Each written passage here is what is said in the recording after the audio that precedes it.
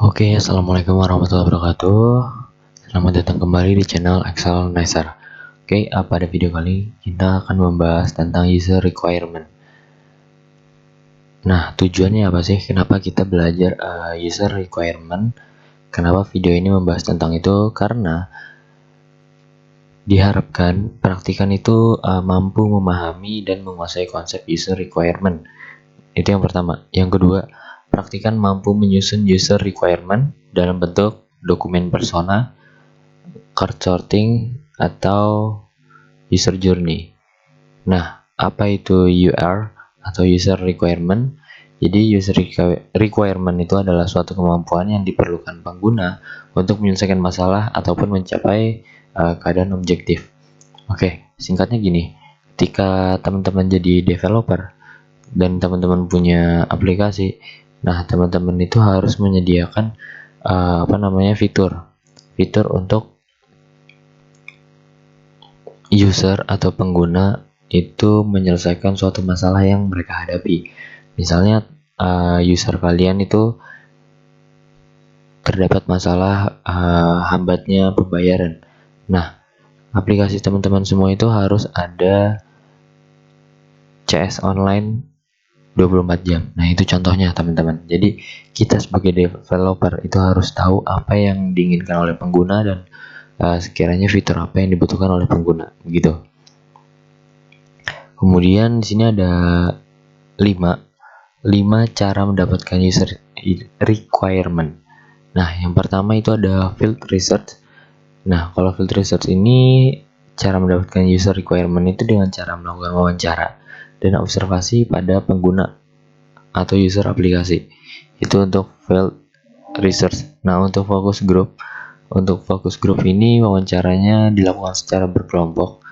Biasanya menggunakan metode dengan presentasi prototype oleh developer untuk mengeksplorasi konsep dan pendapat user. Kemudian yang ketiga itu ada user modeling. Untuk user modeling itu adalah menganalisa karakteristik dari key audience sebuah produk atau jasa dan membuat karakter atau persona yang sesuai dengan profile. Nah, kemudian yang keempat ada information architecture analysis. Nah, ini adalah mengevaluasi susunan informasi tentang produk dan mengidentifikasi keterhubungan komponen-komponennya. Kemudian ada task analysis. Untuk task analysis ini fungsinya untuk menyimpan atau ini adalah penyimpanan dan memprioritaskan task yang dilakukan oleh pengguna terhadap produk atau jasa. Nah, itu adalah 5 poin cara mendapatkan user requirement. Selanjutnya akan membahas tentang apa itu persona, bagaimana bentuknya, cara natanya, kemudian card sorting itu seperti apa, kayak gitu teman-teman. Oke, next. Nah, pertama di sini ada user requirement dalam bentuk produknya persona. Nah, dalam persona ini terdapat 4 poin teman-teman, yaitu biodata, kemudian ada behaviors, pain point, dan needs and goal. Nah, yang pertama itu adalah biodata. Untuk biodatanya itu sendiri, teman-teman ini bisa isikan sesuai narasumbernya teman-teman. Misalnya narasumbernya Irfan, berarti di sini teman-teman isi Irfan. Kemudian usianya dan profesinya. Kemudian ada behavior. Ini berisi pengalaman pengguna menggunakan sistem. Jadi teman-teman melakukan wawancara terhadap narasumber, ya teman-teman tanyakan tingkah lakunya atau kebiasaannya dalam menggunakan aplikasi tersebut. Kemudian teman-teman catat di sini. Kemudian selanjutnya ada pain point. Untuk pain point ini berisi masalah dan kesulitan penggunaan sistem. Jadi teman-teman melakukan wawancara terhadap narasumber, teman-teman tanya kesulitannya apa nih dalam menggunakan aplikasi kami gitu. Kaminya itu adalah kalian atau teman-teman ini sebagai developer gitu teman-teman. Kemudian selanjutnya ada needs and goals.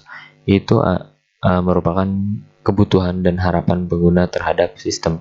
Jadi setelah teman-teman menanyakan biodata, behavior, pain point, dan poin terakhirnya itu adalah tujuannya dan harapannya dari si user atau pengguna ini terhadap aplikasi kita, gitu teman-teman. Nah, nanti setelah selesai wawancara, kalian isikan di sini sesuai jawabannya dari user dan pertanyaan yang teman-teman lontarkan, gitu teman-teman. Itu untuk yang persona. Kemudian ini adalah contohnya, contoh dari persona. Di sini ada Irfan Sabdo Mustafa, usianya 21 tahun, kerjaannya itu freelancer. Kemudian behaviors atau tingkah laku atau kebiasaannya. Di sini si Irfan itu ada 3 kebiasaan dalam menggunakan aplikasi Jack One Mobile atau M-Banking Bank DKI. Yang pertama itu untuk memeriksa saldo apakah jasa freelance-nya itu bayarannya udah masuk. Itu yang pertama, kebiasaan si Irfan.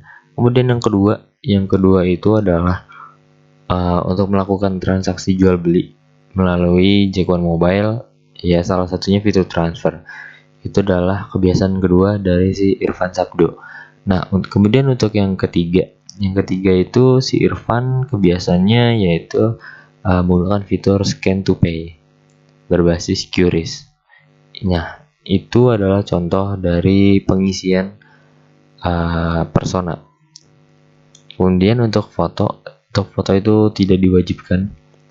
Seperti itu teman-teman. Ini untuk yang behaviors pada persona. Kemudian selanjutnya ada pain point. Untuk pain point ini contohnya pada aplikasi Jack One Mobile, memasukkan nomor rekening tiap kali melakukan transfer, padahal itu bisa dilakukan berulang pada tiap bulannya. Itu cukup menyebalkan. Jadi di sini kesulitannya karena harus menginputkan lagi nomor rekening, tidak seperti bank sebelah yang bisa dimasukkan ke daftar favorit gitu. Jadi tinggal pilih aja mau transfer ke siapa dan tidak perlu memasukkan nomor rekening lagi. Kemudian kesulitan yang kedua, si Irfan ini tidak mengerti fungsi dari fitur favorit. Memang pada aplikasi Jack One Mobile, ketika kita sudah favorit, itu yang kita favoritkan akan hilang. Kemudian kebutuhan dan harapannya yang Irfan tuliskan atau hasil wawancara dari developer, si Irfan itu membutuhkan peletakan fitur-fitur yang tidak membingungkan. Kemudian kedua, perubahan tampilan antarmuka atau UI yang lebih baik lagi rasanya diperlukan. Jadi si Irfan ini butuh banget nih fitur-fitur yang simple dan gak bingungin. Kemudian si Irfan ini butuh UI yang friendly gitu teman-teman. Kemudian si Irfan itu juga berharap fitur yang tidak berguna itu dihilangkan gitu teman-teman. Ini untuk yang persona, contoh. Kemudian di sini selanjutnya membahas tentang card sorting. Nah, untuk card sorting ini teman-teman sorting dulu nih. Ada menu apa aja, kemudian di dalam menu itu ada submenu apa aja gitu teman-teman. Seperti yang di video sebelumnya, untuk di menu promo itu terdapat submenu promo dan info. Nah, kemudian teman-teman bikin seperti ini card sortingnya untuk yang before. Begitupun untuk semua menu atau submenu yang teman-teman temui di aplikasi teman-teman. Untuk menunya itu paling atas di bold, kemudian yang kolom selanjutnya itu adalah submenunya.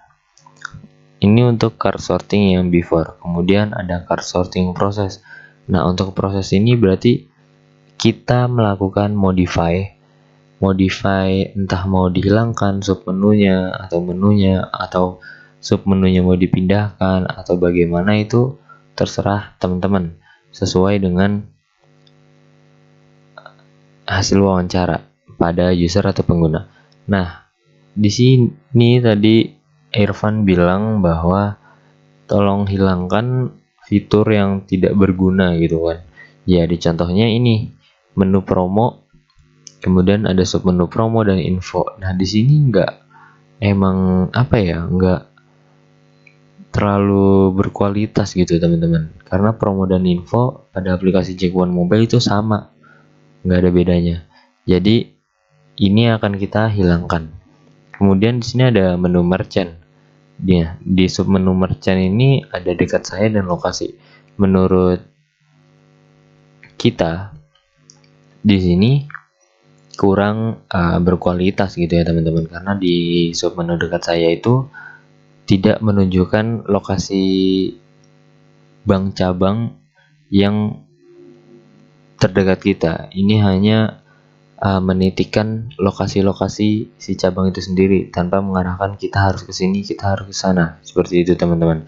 Nah, itu adalah contoh untuk card sorting yang proses. Bisa teman-teman lihat di sini ada yang akan diubah, yaitu pada menu login, daftar, menu utama, dan sebagainya. Nah, untuk hasil akhirnya bisa dilihat di card sorting after. Nah, untuk card sorting yang after ini adalah hasil akhir dari card sorting yang proses yang teman-teman modify gitu teman-teman. Nah, di sini berarti pada yang after itu setelah yang dimodify maka diklasifikasikan pada beranda, transaksi, informasi, dan lainnya. Bisa teman-teman lihat perbedaannya. Untuk yang tadi kita lihat nih contohnya promo sama info itu dihilangkan. Berarti di afternya hanya promo gitu teman-teman. Ini contohnya. Dan bisa teman-teman lihat perbedaannya dari yang proses, before, hingga afternya.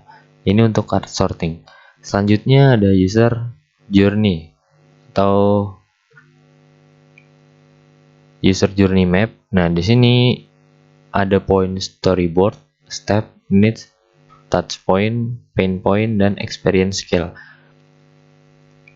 Nah, pertama teman-teman di sini masukkan dulu biodatanya dari wawancara yang sebelumnya, kemudian storyboardnya, ceritanya itu kenapa si Irfan itu menggunakan aplikasi ini gitu kan. Kemudian stepnya, untuk step pertama misalnya mencari hotel. Nah, untuk mencari hotel ini membutuhkan apa gitu kan, apa yang dia butuhkan, kenapa sampai mencari hotel, karena dia membutuhkan hotel atau penginapan secepat mungkin gitu. Nah, kemudian ada touch pointnya itu ya langkah-langkahnya dia gitu teman-teman. Nah, jadi langkahnya si Irfan itu membuka aplikasi dan langsung melihat daftar rekomendasi hotel yang terbaik di sekitarnya dia gitu teman-teman. Kemudian untuk pain point itu tadi adalah kesulitan atau masalah. Di sini untuk step pertama si Irfan itu nggak punya kesulitan.